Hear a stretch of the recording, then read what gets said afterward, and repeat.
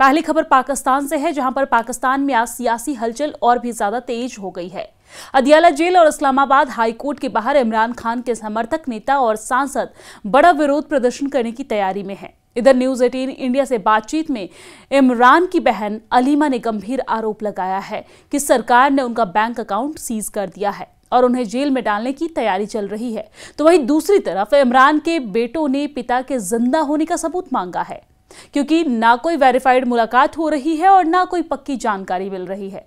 और इस बीच अब ये खबर आ रही है कि आज वकीलों को इमरान खान से मिलने की इजाजत मिल सकती है। लेकिन इसी बीच इमरान खान की बहन अलीमा ने शहबाज सरकार पर गंभीर आरोप लगाए हैं।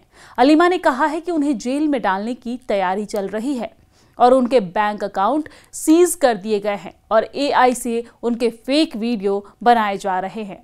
वहीं इस पूरे मामले पर जहां एक तरफ इमरान खान के समर्थक, नेता और सांसद बड़ा विरोध प्रदर्शन करने की तैयारी में हैं, तो वहीं दूसरी तरफ सरकार की तरफ से इस्लामाबाद, रावलपिंडी में धारा 144 लागू कर दी गई है और अडियाला जेल जाने वाले सभी रास्ते भी सील कर दी गई है। कल तक हर तरह के प्रदर्शन पर रोक लगाई गई है और ऐसे में अब देखना होगा कि इस पूरे मामले में इमरान खान के समर्थकों का क्या रुख होता है, वो क्या करने वाले हैं, क्योंकि उनकी तैयारी तो पूरी थी। उन्होंने पहले ही कह दिया था कि वो पहले हाई कोर्ट जाएंगे और उसके बाद अदियाला जेल के बाहर प्रदर्शन करेंगे और इमरान खान से मुलाकात की वो कोशिश करेंगे। लेकिन स्थिति को पहले ही समझते हुए शहबाज सरकार की तरफ से धारा 144 लागू कर दी गई है। तो इसके बाद इंतजार है कि यहां पर इमरान खान के समर्थक का अगला कदम क्या होने वाला है। और चलिए अब दूसरी खबर आपको बताते हैं, जहां पर चक्रवाती तूफान दितवाह ने पड़ोसी देश श्रीलंका में भारी तबाही मचाई है। दितवाह के कारण आई बाढ़ और भूस्खलन से अब तक 334 लोगों की मौत हो गई है, तो वहीं कई लोग लापता बताए जा रहे हैं। इस बीच प्रधानमंत्री नरेंद्र मोदी ने सोमवार को यानी कि 1 दिसंबर को श्रीलंका के राष्ट्रपति अनुरा कुमारा से फोन पर बातचीत की है और इस दौरान पीएम मोदी ने श्रीलंका के हालात पर दुख जाहिर किया और हर संभव मदद का भरोसा दिया है। जानकारी के मुताबिक पीएम मोदी ने दितवाह के कारण श्रीलंका में बड़ी संख्या में जान माल के नुकसान पर गहरा शोक जताया है। पीएम मोदी ने राष्ट्रपति से कहा है, यानी कि श्रीलंका के राष्ट्रपति से ये कहा है कि भारत इस मुश्किल समय में श्रीलंका के लोगों के साथ मजबूती से खड़ा है। उन्होंने साफ किया है कि भारत के लोग इस कठिन समय में श्रीलंका के लोगों के साथ पूरी एकजुटता और समर्थन के साथ खड़े हैं। प्रधानमंत्री नरेंद्र मोदी ने राष्ट्रपति दिसनायके को संकटग्रस्त व्यक्तियों को बचाव और राहत प्रदान करने के लिए चल रहे ऑपरेशन सागर बंधु के तहत श्रीलंका को भारत के निरंतर समर्थन का आश्वासन भी दिया है। प्रधानमंत्री ने बताया है कि भारत की तरफ से श्रीलंका के लिए भेजी गई राहत सामग्री और बचाव दल मौके पर काम कर रहे हैं और यह सहायता भारत की मानवीय प्रतिबद्धता और पहला प्रतिक्रिया देने वाले देश की भूमिका को मजबूत करेगी।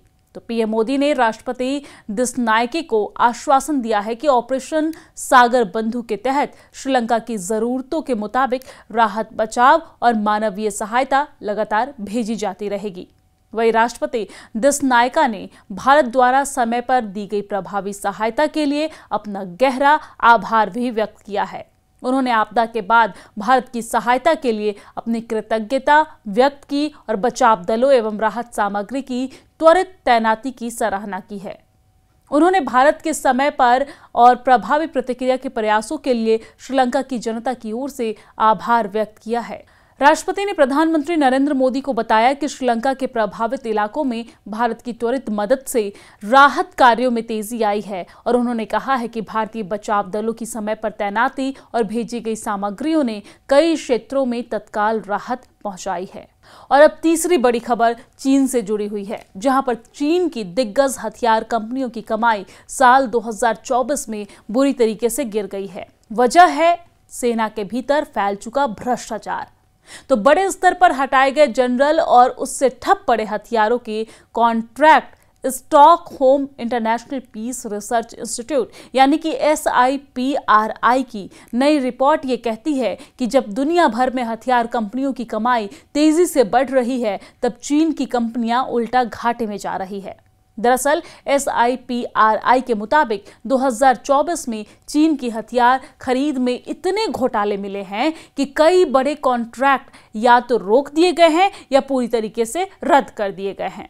तो चीन के राष्ट्रपति शी जिनपिंग 2012 से ही सेना में भ्रष्टाचार पर शिकंजा कस रहे थे, लेकिन 2023 में ये लड़ाई ऊपर तक पहुंच गई जब PLA की रॉकेट फोर्स पर बड़ी कार्रवाई हुई। अक्टूबर 2024 में 8 टॉप जनरल पार्टी से निकाल दिए गए हैं और जिसमें सबसे बड़ा नाम था जनरल हे वेंगडोंग, यानी कि चीन की सैन्य व्यवस्था का नंबर 2 व्यक्ति। और अब यह साफ हो रहा है कि भ्रष्टाचार की वजह से चीन की मिलिट्री मॉडर्नाइजेशन मशीनरी धीमी पड़ गई है। चौथी बड़ी खबर बांग्लादेश से है, जहां पर बांग्लादेश की राजनीति में वक्त का पहिया कैसे घूमता है, इसका सबसे बड़ा उदाहरण पिछले 24 घंटे में ढाका में देखने को मिला है।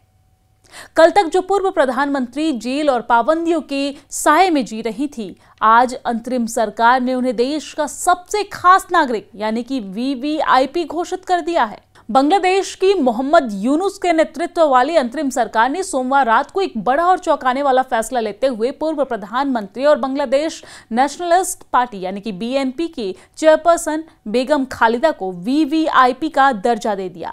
और यह फैसला जितनी आनन फानन में लिया गया है, उसने कई सियासी अटकलों को जन्म दे दिया है।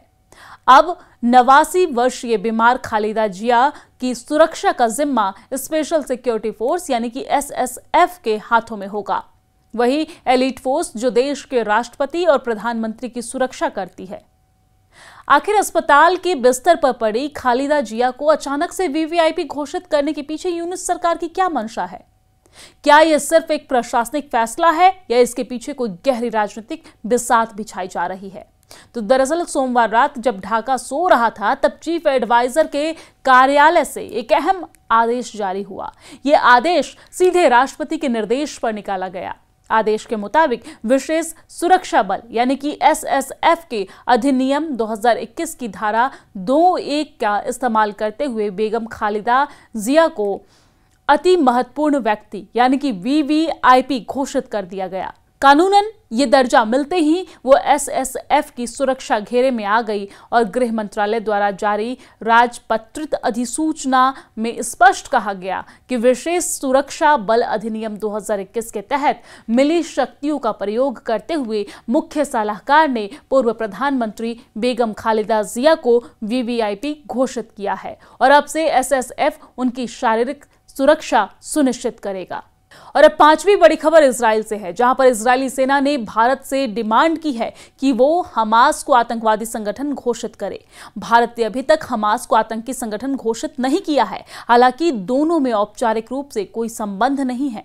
हमास गाजा पट्टी में शासन चलाता है और ये एक हथियारबंद संगठन है जिसका उद्देश्य फिलिस्तीनी राज्य की स्थापना और इजराइल का खात्मा है। इजराइल और हमास के बीच दशकों पुरानी दुश्मनी है। हमास को कई मुस्लिम देशों का समर्थन प्राप्त है, जिससे ईरान, तुर्की, मिस्र और कतर प्रमुख है। अक्टूबर 2023 के हमले के बाद इजराइल ने हमास के खिलाफ युद्ध छेड़ दिया था। तो रिपोर्ट के अनुसार IDF के इंटरनेशनल स्पोक्सपर्सन लेफ्टिनेंट कर्नल नदाब शोशनी ने हमास को आतंकवादी संगठन घोषित करने के सवाल पर कहा कि अगर भारत ऐसा करता है तो ये अच्छी बात होगी। भारत और इजराइल का दुश्मन एक जैसा है। यह अच्छा होगा कि हम किसका सामना कर रहे हैं, इस बारे में एक साफ बयान हो। भारत शुरू से ही भारत फिलिस्तीन संघर्ष के द्विराष्ट्र समाधान का समर्थन करता है।